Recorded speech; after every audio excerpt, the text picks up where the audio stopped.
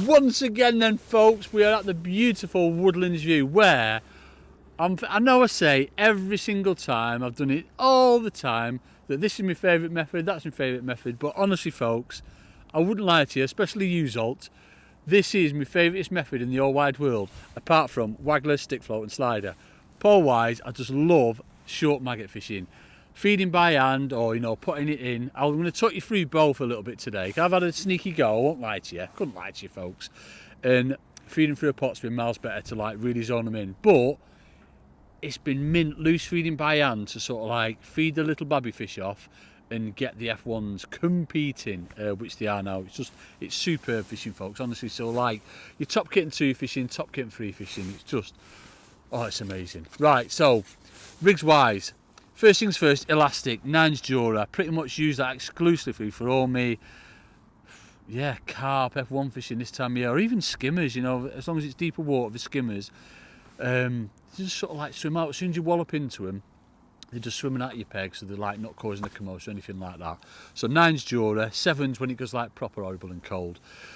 Mainline, again, 0.16 for absolutely everything, 0.16 Andy Power. Back shots are a must to sort of like 4 or 5 inches above the float. We've got 2 number 8 back shots on there. Float wise, now I do love Chiantis, so either 412s or 414s. If it was colder folks, like, I'm not saying ice, but if it's gone a lot colder, I'd definitely be on a 412s and shooting it with 11s and 10s. 414s Chianti, because I mean, it's one of them that they are coming sort of like off the bottom, but you can't get any numbers of fish together, you know, off the bottom this time of year. So I want to be fishing nice and positive. That's why I've got a 414s on, and always with maggot fishing, carbon stem makes such a difference. So your float sort of like following your bait down through the water. So little tiny bit of grease on that bristle, and I plumbed up to, because we're on a little bit of a slope on that distance. Yeah, top kit and 2, plumbed up to sort of middle of the body. So as I lay the rigging out down the slope, watching me float down, it's sort of like on that cave. Now coming down the rig, again everything tapered. We've got number 9s at the top, and then we've got number 10s on. So hook length wise, we are on 16 straight out of the packet, 16s SFLB, because I'm on double magway, and I've just got it straight out of the packet, and I've put a shot, well, a stot in this instance. Very important that it's a stot and not a shot on my hook length, so it's roughly sort of 5 inches from the hook. Then we've got a number 10, then number 10, and then it's all number 9s running through. So my last one's, what's that, there's 80, so like 16, 17 inches away. So I've just pulled my pot off, Zolt. My pot's just fell off, I'll have to put another one on. I was getting it, go on Zolt, get me pot. So yeah, so fishing sort of like on that curve, but it's just the way you've got to feed it. When I'm not fishing it folks, I love to feed by hand, and what that does, it clears out any small fish that potentially could be there, because you're feeding them quite a bit of bait, but it just draws fish in.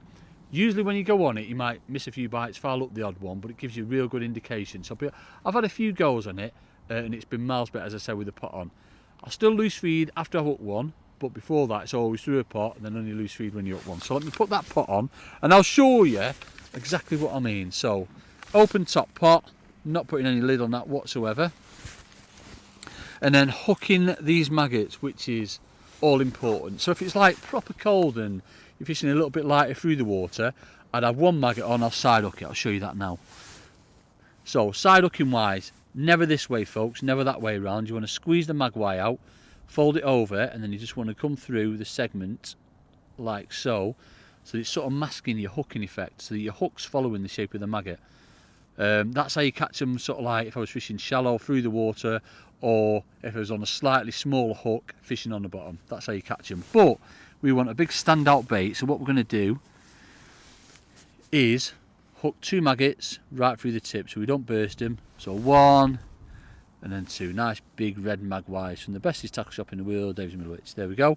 So 2 magways on there, loads of wriggle on it, and that's what you want, nice big standout bait. Obviously I always carry whites with me as well. We've got reds and whites. If it was clearer and brighter, I'd definitely be on whites. And all we're simply doing, just getting a load of maggots. It's like, what's that, 40 odd maggots, putting them in that pot. Cram them all in folks. Just want to fill that pot up. It's just the right amount. The medium-sized Preston pot is a perfect amount. Small one, can't get enough in. Big one, potentially too many. So, line up with marker. Line with marker over there, which is a boy. Tap them maggots in. Flick that rig out. And then get into position. I'm just going to lift the float, full float up. before that line's come right underneath me float, and then just drop it. So you're fishing pretty much straight away. I'm not going to feed in this instant now, loose feed over the top. We've done that, we've got the fish in the peg. I'm just going to wait for them little dinky bites. Still a few like milling around, so we might get the odd liner. But the only time I'm going to loose feed now is after I've hooked one. Or if I feel there's no, see that was a little dick. Oh, I told you we'd get the odd liner, that was a proper bite, I can't get away with that. Yeah, I'm not going to loose feed over the top, just simply because of that, just drawing too many fish in. But the beauty of loose feeding after we'd hooked a fish, it just draws them back. And then instantly I'm going to go in with feeding through a pot again. Now the reason I'm not laying the rigging left and right like I would do out there on a flat bottom is simply because we're on a bit of a slope. So if you laid it left and right, you're going to be slightly a bit more over depth.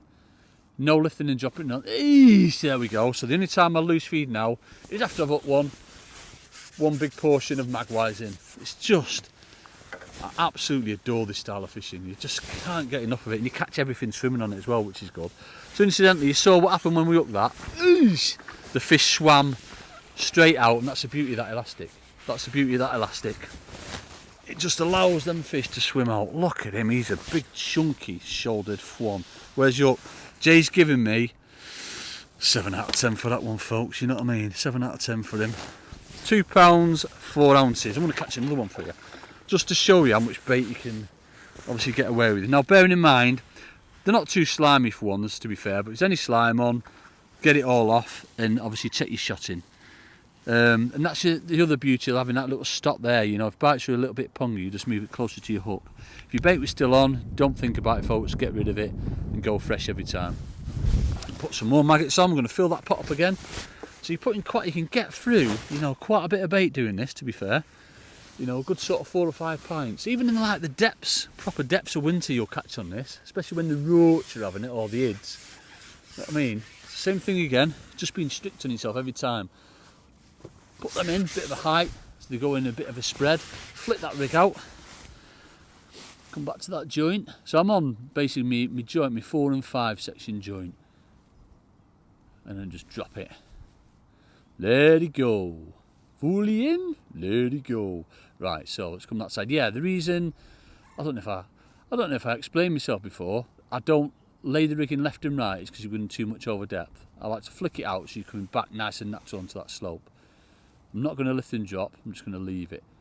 But what I am doing is looking, my float and my marker, making sure I'm on it all the time. See, this is what you want, just that.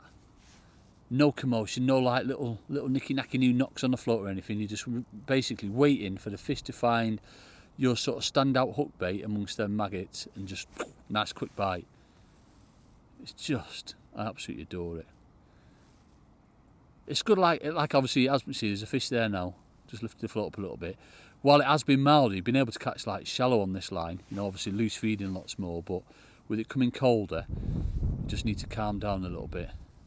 I'm not always the best at calming down with feeding, folks, as you know, but I think the beauty of maggots, everything's, ooh, that was a dink then.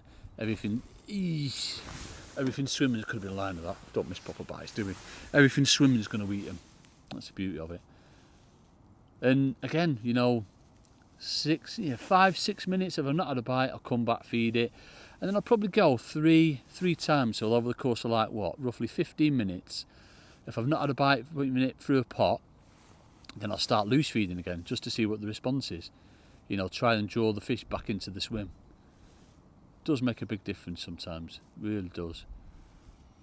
I'm convinced that like on waters like this, the loose feeding element gets a fish into your peg quick, and then the fact that you'll be leaving it like an hour before you even try it, sometimes a little bit longer if you're catching on the other swim. I was a bit slow then, I do apologise. Yeah, if you're waiting that little bit longer, if you're catching on your other swims, the longer you can leave it, the better, so that when you do go on the line, your loose feed is like got rid of all the little small fish and brought the bigger fish in, and then you just need to see what's better. See, that was a fish up in the water then, just moving float. You just need to see what's better then, either loose feeding or putting it through a pot. So one big portion in. Oh, this is a carp. Carpus maximus, that's probably why it went that little bit quieter. Carpus maximus is rocked up.